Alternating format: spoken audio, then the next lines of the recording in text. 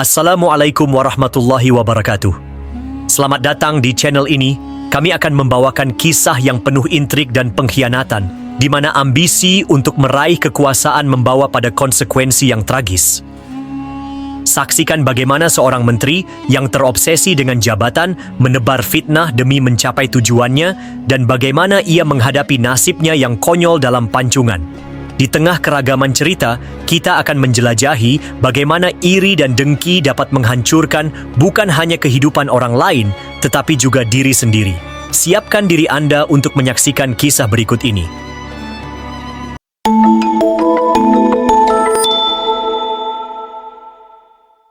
Di zaman yang telah berlalu, ketika kerajaan-kerajaan Islam berkuasa, tidak ada kisah yang mengisahkan tentang iri dan dengki yang membawa kebaikan. Sebaliknya, tindakan semacam itu hanya akan menimbulkan malapetaka dan kesengsaraan.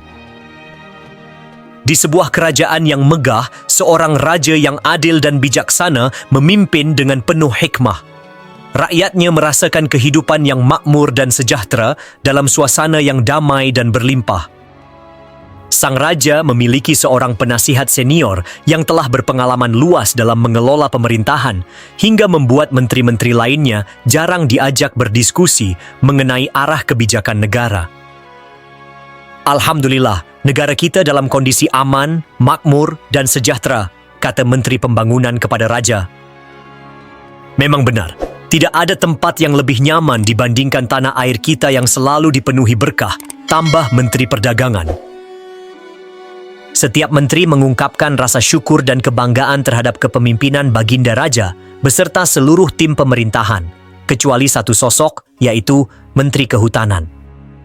Jika saya ingin menjadi tokoh yang berpengaruh dan dihormati masyarakat, langkah pertama adalah mengambil alih kekuasaan sebagai raja. Rencana ini akan berhasil jika saya bisa terlebih dahulu menjabat sebagai penasihat kerajaan, gumam Menteri Kehutanan dalam hati. Dalam upaya mencapai tujuannya, ia merancang sebuah rencana jahat. Ia menebar fitnah terhadap penasihat, menyebarkan kabar bohong yang mengklaim bahwa penasihat menyimpan dendam pribadi.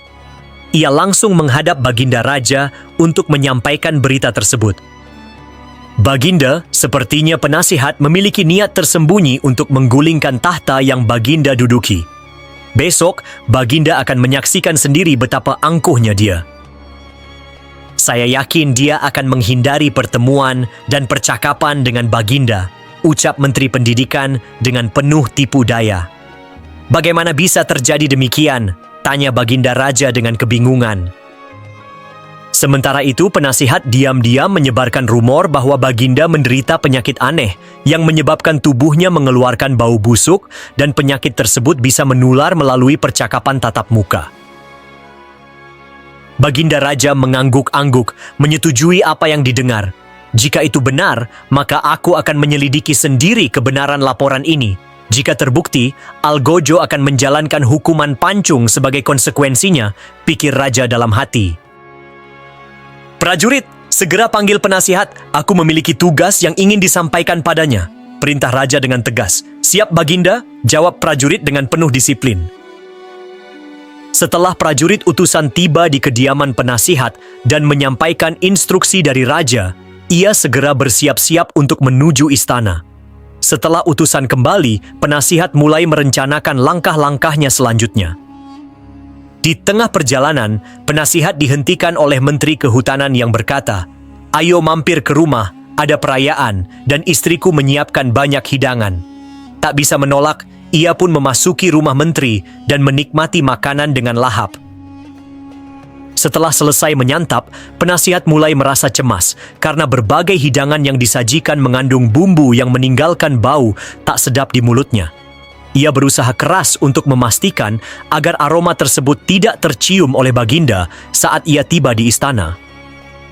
Pernyataan Menteri Kehutanan ternyata terbukti benar. Saat mendekati Baginda, penasihat berusaha untuk menjaga jarak dan menghindari kontak mata langsung. Diskusi yang seharusnya berlangsung dengan serius dan mendalam terhambat oleh perilaku penasihat yang canggung. Baginda Raja merasa sangat marah meskipun ia berhasil menyembunyikan emosinya. Dengan tenang, ia menulis sebuah surat yang berisi perintah hukuman pancung bagi pihak yang bersalah, lalu menyerahkannya kepada penasihat. Bawa surat ini dan antarkan ke alamat yang tertera, perintah Baginda sambil menyerahkan map tersebut. Baik, Baginda, jawab penasihat. Ia segera bergegas pergi menuju alamat yang tercantum di kop surat. Di tengah perjalanan, penasihat kembali bertemu dengan Menteri Kehutanan. Akhirnya, pesaing terbesarku akan segera hilang, pikirnya dengan rasa puas. Sepertinya kau sedang terburu-buru. Apa sebenarnya perintah dari Baginda Raja? Tanya Menteri Kehutanan dengan nada curiga. Aku diperintahkan untuk mengantarkan ini, jawab penasihat sambil tersenyum lebar, mencoba menyembunyikan pikirannya yang sebenarnya. Menteri Kehutanan sebenarnya merasa bingung, tetapi ia mahir dalam menyembunyikan ekspresi wajahnya. Bagaimana mungkin, bukannya dihukum, pesaingku justru mendapatkan keistimewaan. Aku tidak bisa tinggal diam, tugas ini harus kuambil, pikirnya dalam hati. Tanpa ragu, ia meraih map dari tangan penasihat. Biarkan saya yang mengantarkan ini. Sepertinya kau terlihat lelah. Izinkan aku membantu meringankan bebanmu, ucap Menteri Kehutanan dengan nada ramah. Merasa lelah, penasihat tidak menolak tawaran Menteri Kehutanan dan justru mengucapkan terima kasih. Ia segera pulang dan beristirahat. Setelah sampai di alamat yang dituju, semua pun terjadi sesuai yang direncanakan. Algojo segera memancung si pembawa surat setelah membaca isi surat tersebut. Menteri Kehutanan mengalami nasib tragis dalam eksekusi itu.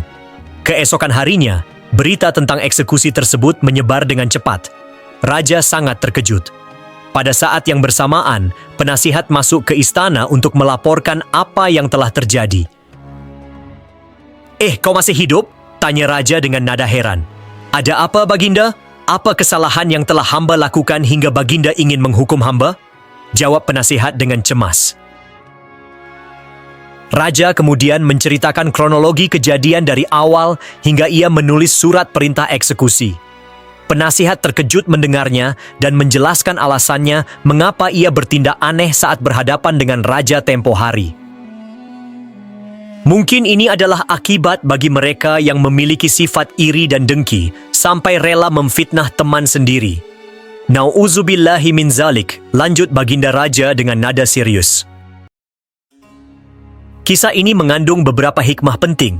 Pertama, bahaya iri dan dengki. Sifat iri dapat menghancurkan hubungan dan membawa bencana bagi pelakunya, seperti yang dialami Menteri Kehutanan. Kedua, konsekuensi fitnah. Menebar fitnah bisa berbalik kepada pelaku yang membuktikan bahwa tindakan jahat tidak membawa kebaikan. Ketiga, kebijaksanaan pemimpin.